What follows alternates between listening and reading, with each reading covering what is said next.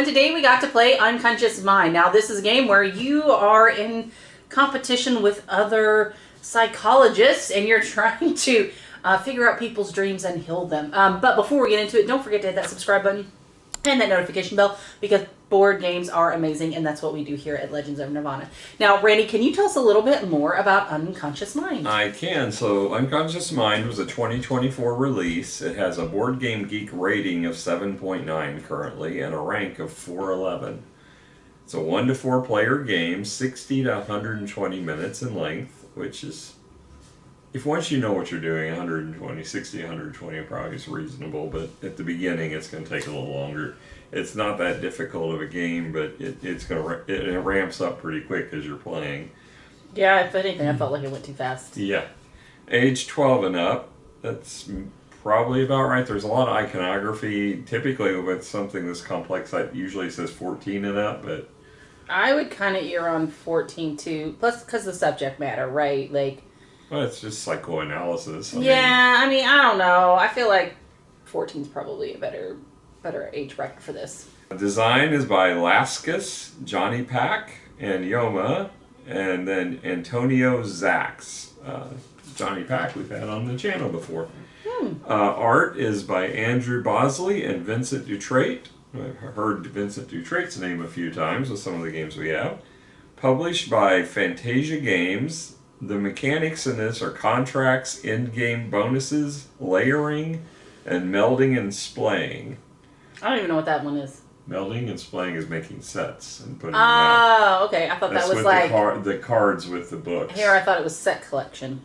What do I know? Well, it kind of is, but I mean, you're collecting sets of books to try to fulfill those book groupings. The MSRP for this, when you backed it through the Kickstarter, was for the id set, which is what we got, which is basically everything, was 120 euros, which translates to roughly $161 US. And that includes the game, the deluxe components, the Nightmares expansion, which we have up here to show, the playmat set. We only had one playmat that I saw. We've got so many playmats, so it could have gotten mixed up and put somewhere.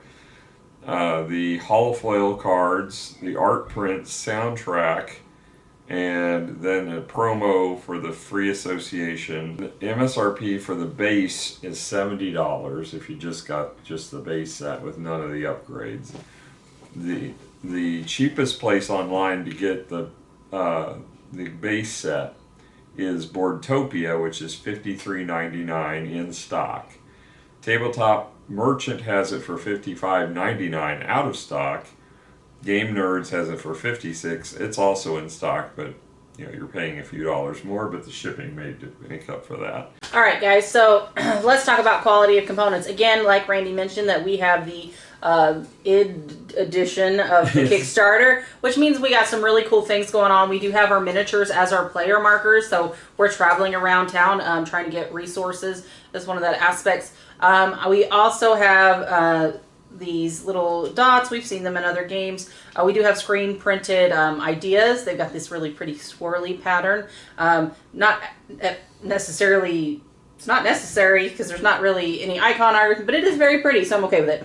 Then you also got these really cool pots. Yeah, those are the coolest part, I think. They glow when the light shines through. Yeah, these are pretty cool. They look like little potions. They're medicine of some variety.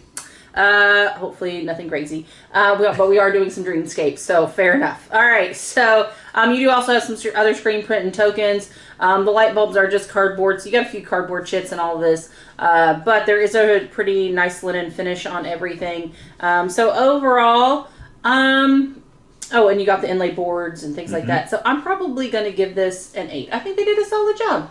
I'll probably give it an 8.5. I think that, I don't think it's quite as nice as some of the other ones that for the price point, considering 161 is a pretty steep price, but you do get a lot of stuff with that. And oh, you do get metal coins. I forgot about that. Yeah, the metal coins as well, and the play mats as well, if we have them both. So I'm hoping we have the other one. I'm assuming it's a set. There's more than one. Well, there could be rolled up all in that one though, but I thought there was one main board one, but I may be wrong. All right, so moving on to actual theme, guys, you are playing different psychiatrists, kind of going along with Freud here. And I you're thought we were psychologists. Now we're psychiatrists? psychologists. They're kind of Psychoanalysts. similar. Or Different. psycho. Anyway, so we're out there helping people that trying to deal with some trauma going on, okay? And you have to go through their dreams to help them resolve their issues. And there's certain ways that you do that. You go around, and then once you deal with the wonderful clients that you end up writing papers about them and submit them for peer review and things like that. So that stuff's gone on. There's also a lot of coffee, it seems. But yeah, so overall, I think it's pretty interesting. I love the dreamscape art on there. You got some realistic people going on, so that's kind of cool. Some of the, and then... The artwork on the cards is beautiful. Yeah, so it's so interesting. So this is like a dream, like this is their trauma. So obviously they're scared of goblins. Okay? Uh-huh. They obviously have dreams about goblins. That are dressed like bankers. Yes. Those are very scary. Yeah. And then you have this one layer that kind of distorts it. So basically what you're trying to do is clear up the dream to actually understand what they're scared of. And then you end up resolving what they're scared of. And then that goes away. And then they get healed. And when they do that, though, you open up special abilities and things like that. So I felt it very thematic. Like you get customers, you help them, and then they end up helping you because you've resolved them of their demons of sorts. Get to resolve their issues. So that was kind of cute. And then again, writing the papers and doing the things, it kind of all makes sense. I kind of like it. And overall, I thought they did a great job for this. At first, when you guys told me the theme, I was like, I don't know about this, but it actually turned out really, really fine. I'm probably going to give this an 8.5 on theme. I think they did a great job. Because of the artwork being so amazing, I'm going to go a 9. I just think it's beautiful. And the fact that we also have shiny cards to replace all the base cards. Oh, really? Yeah. Well, we didn't play with that starting out. So. I know, but yeah, I'm really excited to get those out because I like shiny. Yeah. I feel like the theme song, Shiny, should go here. But anyway, it's so shiny. Anyway, overall, really happy. Moving on to the rule book. Randy, did we learn this one, or did Adam taught us, but I did go through the rule book to at least look it over. It has 24 pages. Cover matches the box. It's got a nice feel. It's got that textured feel that I love in a rule book, so automatically wins me some points there. The components are very clear and pictured. They have the different psychoanalysts listed here. And they have the setup. Setup is actually not too bad, except for getting all the pieces out. There's a lot of pieces to get out, but once you get them out, setting it up is pretty quick. So given the fact that we have all the upgrades, you have multiple boxes, I'm not even sure because Adam did most of the setup, but it took him a while. Getting it all out, and I don't know how we're going to put them back yet, so I have to figure that out after this review.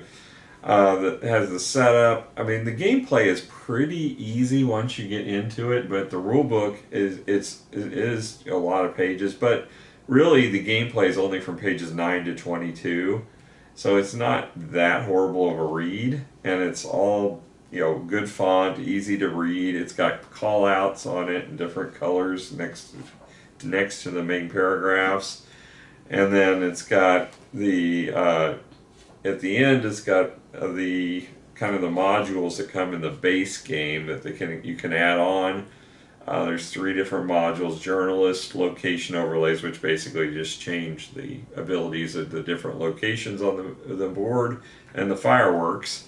But you also get cheat sheets, and these cheat sheets are 2-sided with the information you're going to need. It has all the iconography on one, which is really handy, and then your routine effects you're going to see on the different case studies or the different clients that you get. So these are really helpful during the game. So it basically interprets most of the iconography you're going to get. So I think they've done a really nice job with the rules. I'm going to go ahead and give this a 9 because I didn't see anything that was left out. They've done their best to give you examples that are really well fleshed out, and they got the different sections called out for you that make it easy to interpret. Okay. All right. So moving on to the actual gameplay. So this one is there is a lot of nuance, so we're just going to kind of go over briefly some of those things that you can do. Basically, there are two kind of things going on. You can either place these tokens here, or you can have a counseling session. Okay, so we'll first do these because you got to get resources Yeah, to those begin are your with. ideas, and you're playing them onto the board. So you can play 1 or 2 ideas to a location. You can also play an idea and a light bulb, which also counts as 2. So you earn light bulbs. It's another resource.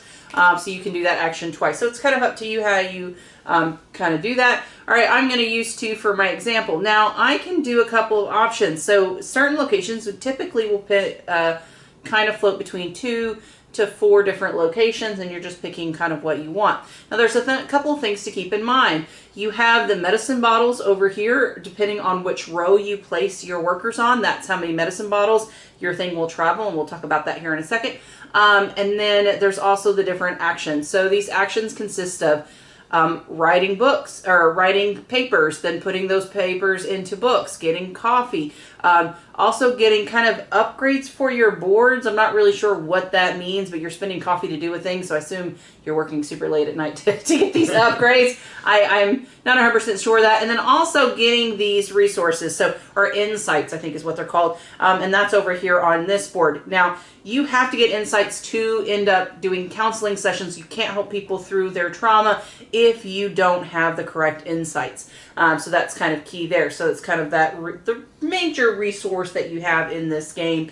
The other actions you also can take is moving yourself or Freud around the board. Yes, and depending on where their location is, you can take that action item, which range from getting coffee, getting insights, or changing those insights into something useful, either pages or papers, or end up getting them with these green hearts. Those green hearts allow 1 cure-all, which sometimes you even need just to even finish curing the patient. All right, so I'm going to lay mine down, and we're going to say I'm going to write a paper. Now, I get them 2 actions, but I'm going to take 1 action at a time. So the first time that I'm going to do a paper is I'm going to grab the one off the top of the deck. All right, and I get to choose to either keep this or exchange it for one of the 2 that are currently exposed. I actually like this because it also gives me an icon that I want to match, and then it gives me 2 insight down below when and if I play it. So I'm going to end up I'll keep this card because it's nice and pretty. All right, now but then I get to do it again. So I'm going to place this in my hand, and because I placed the second one, I would do the same thing over again. Now this one I may not like so much. I already have this purple in my hand, so maybe I want to pick up a red instead. So I will trade it out. And then he will give me this one, and then that will go into my hand. You don't get to play them there. You just get to collect them. There's another action space actually lets you play them. Correct, and that's the one directly below. I can play them, or I can make a book. So let's say I did get these played. I have 2 red, a green, and a purple. I'm going to go over here to look. Oh, and look, right here, I have a book that has it. And I need 2 reds, a green, and a purple. That worked out just nicely. So I'm going to decide to actually put these in a collection. But I've had to have already played them. So this is actually several actions worth. So I am going to beautifully put them in there. So just like that. Yeah, the downside is you lose the icons that were on those individual books, but you get victory points and you get 2 permanent icons. Yeah. Now, again, like I said, once you play these, you get the benefits on them, but then after, again, they're covered up, you lose the icons, but you've already used the benefits probably, and then therefore you get victory points. So in this case, I get 12. Now, I can have this out there, and guess what, Randy? He likes some of my work. In fact, he likes my work so much. Oh, there's no point in reinventing the wheel if you've already discovered something. Exactly. So he's going to go to that location and he's going to build a book, except he's going to take my stuffs. Yeah. So he's going to take my papers, but, you know. I'm just going to treat him like I wrote them. I'm not going to give you credit. Well, but you are going to give me 2 victory points per card that he takes from me to finish up his book. So that's only when I'm creating a book. I can't just take these cards at random. He doesn't get the benefits of the things on No. the cards. He's just taking them. If I just needed to finish my book. Correct. So that's the different book options. The other one is upgrading your board. That's these two spaces on. You spend a number amount of coffee to either get a blank tile, which doesn't let you trigger an action. You can spend 2 coffee to get one part of the tile, but it is a permanent upgrade. Or you can spend 3 coffee and get to trigger both sides of the tile and get that continuous upgrade. So it's just really something nice to do at the beginning of the game. The other option is literally just getting insight, so you get 1 of each insight. Or the second one is to upgrade those. And then again, the movement location that we kind of already talked about. All right, so then we're going to move this. So I put it on the 3. I'm going to move my thing 3 spaces. 1, 2, 3. I'm going to trigger this row right here. In this case, I get a purple, the first level purple. Then I'm going to spend a first level purple to get 2 coffee. Then I'm going to spend a coffee to get a little purple and a medium purple. Right? And then it's going to let me downgrade something to increase something. So I'm going to choose to downgrade this and upgrade these 2. All right, so in the end, that row gave me a big bird, a medium bird, and a baby bird. So that's the different colors of purple. So that was very useful to me. So remember that your actions are kind of twofold. For example, I could have went to another location that gave me 2. Or in this case, I could have went over here in this corner and only got 2 of those. And because maybe I wanted that one, maybe the row before it. So kind of keep that in mind as you're playing. Yeah. Now, let's move on to actually healing. So over here in my deck, we have 2 different things that we need to heal.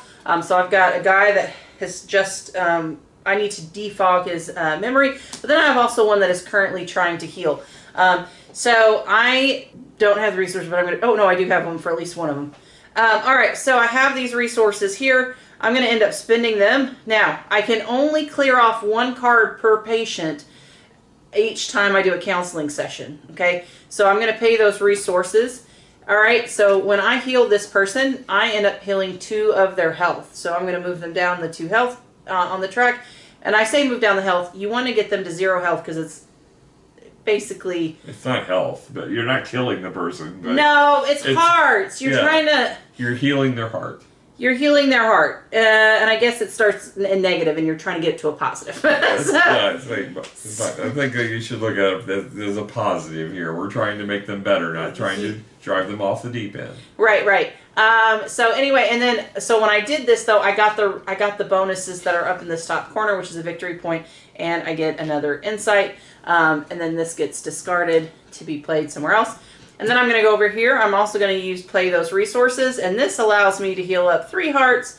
1, 2, 3, and then it also lets me trigger an ability. But does not mean this guy, I moved him all the way down to 0, so this guy is in fact healed. So that's pretty awesome. I'm going to get those victory points. It's 12 victory points, and I'll be able to get that ability that he has, which in this case, this guy is end of game victory points. You want to at least get rid of their phobia that's on top of their root cause before the end of the game, because the trigger of the end game scoring bonuses will happen, or whatever bonuses you get will happen immediately when you get rid of the phobia, even if you haven't cured them completely. Yeah, so you at least get that benefit. You just won't get the bonus victory points. Now there are 2 different type of clientele that you can have. You can have basic, and then you can have hard. So the hard aren't that much harder though. That's they the thing. really aren't. They add 1 or 2, but they give you the in-game scoring. So it's more of like, do you want instant gratification with special abilities that play during the game versus end of game victory points? And both are useful, right? You want some of the lighter ones at the beginning, and then some of the harder ones towards the end. Hopefully that you can cure them in time. And you can only cure each patient 1 time, so you can't per action. So you cannot go in and cure the person and get rid of their phobia and then continue to cure them and get rid of all of their disease. Yep. You've got to do 1 action on it, but you can have up to 2 characters at a time. At the beginning you only get 1, but as you play through you can get up to 2. Yeah. So, yeah. So that's generally, there's a lot more nuances. Again, like there's different card actions, there's a lot going on, but that's generally the gist of the game. Overall, I think it was okay. I mean, I thought it was good. I mean, you got a lot of things going. I do think I haven't figured it out because I keep losing horribly. So I'm not sure I'm one to really critique it because I'm like, I don't know what I'm doing wrong. I'm like healing patients and doing my thing, and yet still failing miserably. Like I said, there's a lot of nuanced rules you kind of have to keep track of. We did forget this tracker over here. I will admit, I don't understand it. Other people kept it. This track here. So anytime you do an activity, like for example, there's contracts you can basically fulfill. These are, if you're the first person to complete a goal, you get to take this. If it's got a picture of a ribbon on it, you move up the track. And every time you move up the track, Freud moves up the track, and that is the timer for the game. So once Freud reaches the end of the track, you finish the round, and then you play one more round, I believe, and then the game's over. So you basically are trying to advance as much as you can while the other players are not. Whoever at the end is furthest up gets 2 times bonus for some of their scoring, and whoever's the second gets 1 time their bonus for scoring. So these, moving up that track is important, but as you cross thresholds on it, you will also get victory points. You won't necessarily get them, they're in-game scores, but like when we moved into the brown section, you got a certain number of points. I can't see it from here. Yep. And then when you got to the last section, which was gray, it's like, I think it says 8 victory points or something. Well, okay, so there's kind of 2 little advocates to it. So every time you trigger, there's a medicine that triggers this chart, you will get the victory points, and then you'll also get the special ability from that or below. So just kind of keep that in mind. Yeah. So obviously the higher you go up, the more victory points there are, so it behooves you then to land on this location to get those kind of things. Again, overall, I really enjoyed it. Score-wise, I'm probably going to give this 7.5 to 8, and it might be because I still just haven't figured it out yet. I don't know why I'm losing so badly, and but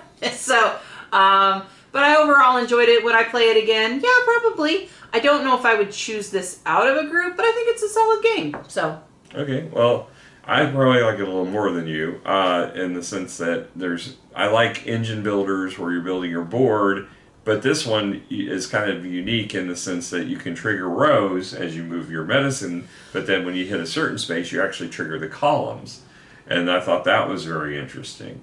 Then there's also just, I love in-game scoring, obviously, you know that. So there's lots of ways to get in-game scoring when you can complete those top level, the more difficult, if you want to call it that, missions. Or not missions, but patients, curing them. So that's how I won the game, is I got a lot of those. Well, I did too. I mean, Yeah, but I dominated on all of them. Not only did I get the bonuses, but I got the max value for the bonuses. I didn't do that. Yeah. Generally, I mean, this thing is there's thresholds and maximums on the bonuses, and you got to get the ones that are relevant for your board style. So there's points for filling your board. You can also get these bonuses like this for completing those goals, and filling your board is also one of those goals. So there's, you've got lots of different ways to score this game, and I like that. I like the theme. The theme is very appealing to me. I love the art and the layering. The only thing is, I think we need to sleeve them so that they slide in and out, but I think those sleeves are going to wear out when you do, because you're going to keep taking the cards in and out of the sleeve. But it is such a beautiful game. So what's your score, babe? I'm probably going to give it 8.5 at this point. I don't think I'm quite at 9 on this one, just mostly because it's a lot of chaos all over the board table, and it just trying to coordinate what you're doing. But I like the concept of it. I really enjoy this game, and I would play it again in a heartbeat. I'm looking forward to trying with the expansion, the Nightmares expansion, and all the pretty cards. Yeah, absolutely. Well, guys, thank you so much for joining us. We had an absolute blast, and hopefully you'll come hang out with us again. We'll catch you guys later. Bye. Bye.